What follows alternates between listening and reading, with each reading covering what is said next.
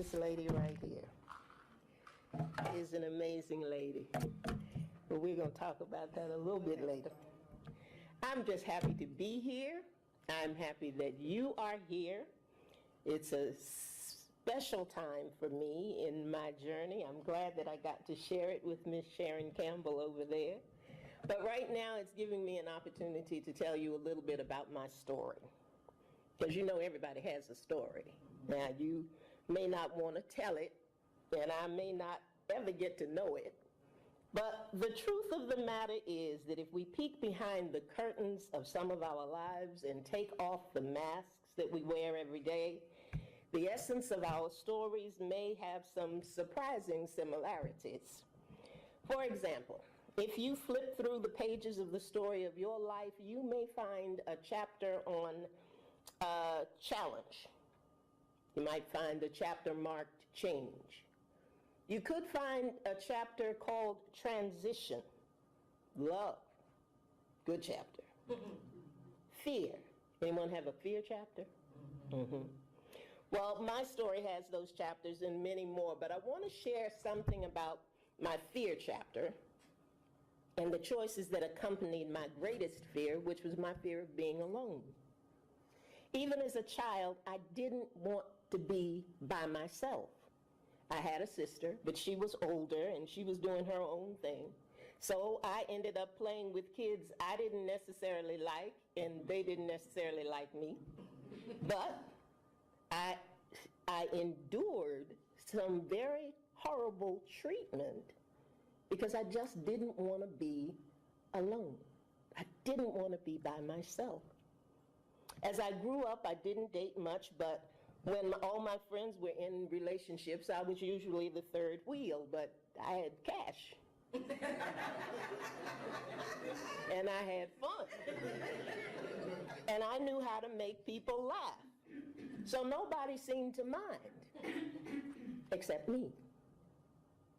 And by the way, I didn't pay much attention to whether or not they were in good relationships or bad relationships. They were in relationships, and I wasn't in one, and I wanted to be in one, because I didn't want to be the single lady in the room with all the married friends.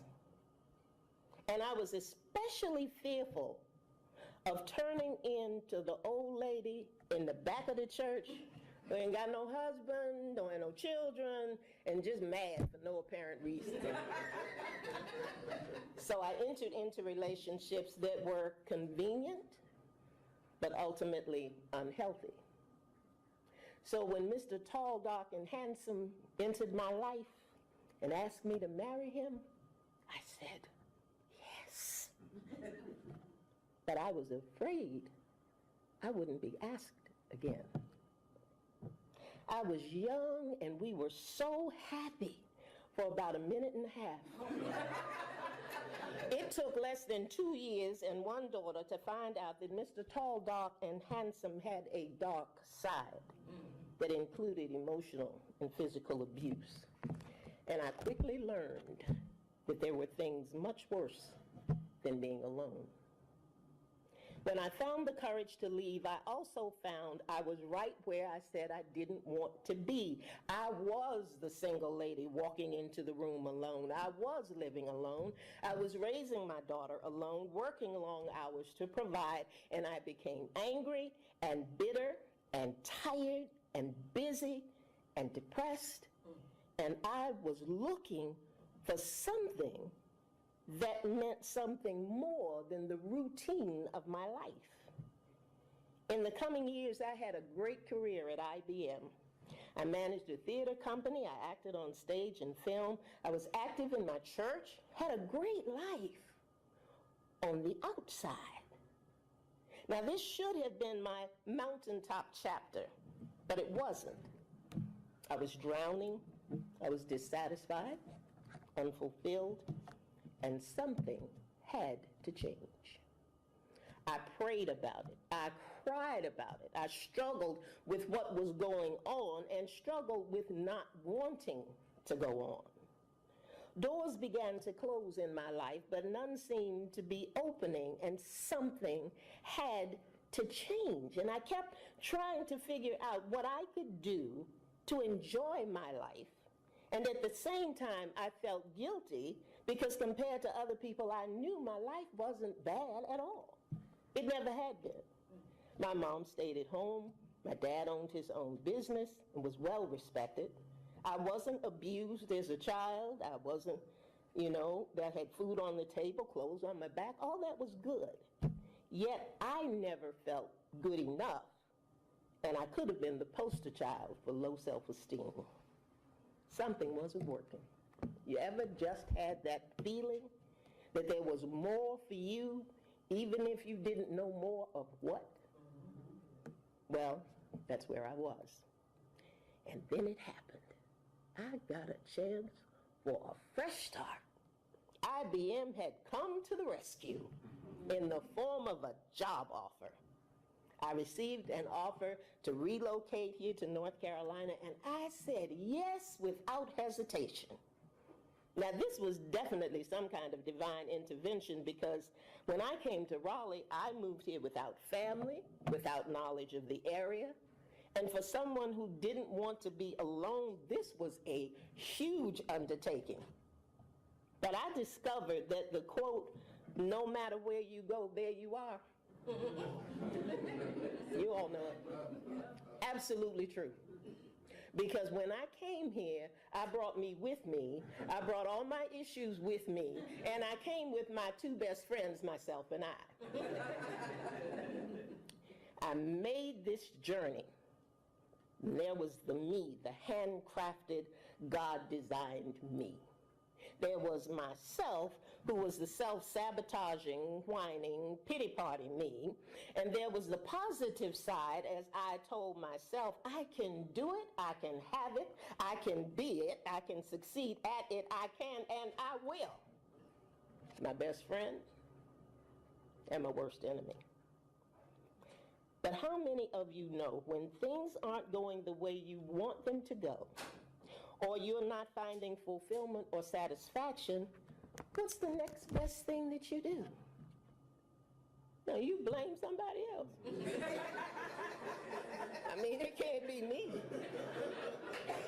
They didn't do me right. They should have done this. If they had done that, if they had made this and that, none of this would be happening.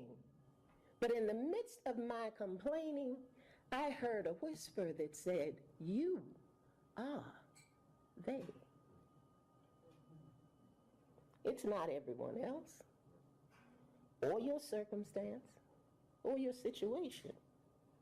You have to have the courage to tap into the power within.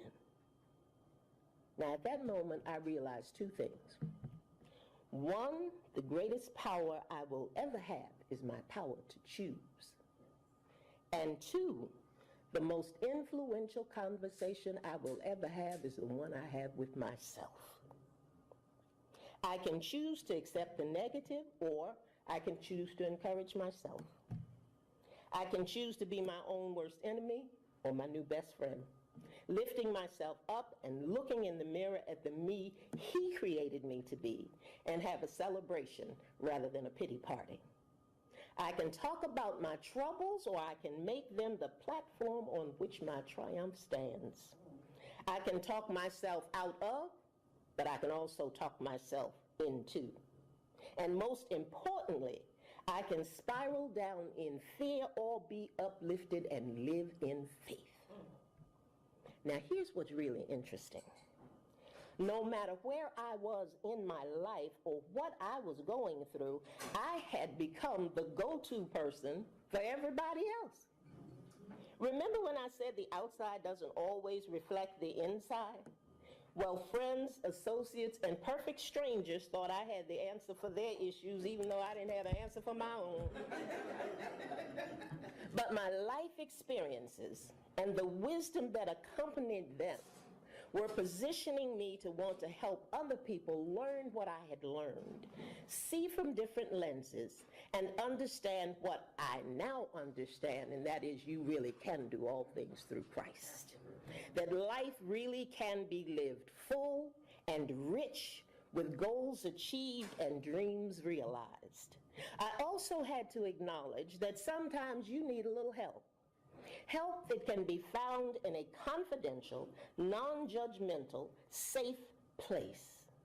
Help that comes in the form of an expertly trained life coach. And thanks to TRACYMAC Coaching Services and an amazing journey of self-discovery, that is what I have become. As I share a little of my story today, you may have recognized that some of the chapters in your life story and mine are very much alike, even though our lives are quite different. You see, it doesn't matter what you have or what you've been through or even where you're headed.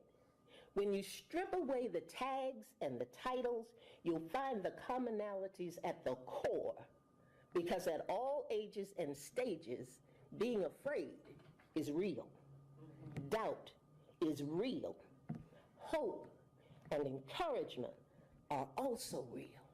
Love is real. Calm is real. And the ability to tap into the power you have within, all of that is real. And so am I.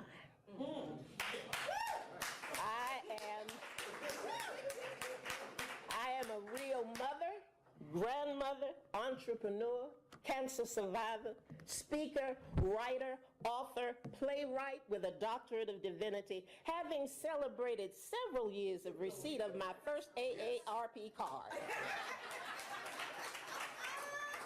I am a real, authentic, genuine, bona fide, certified life coach and owner of C.L.A.S.S Coaching and Consulting.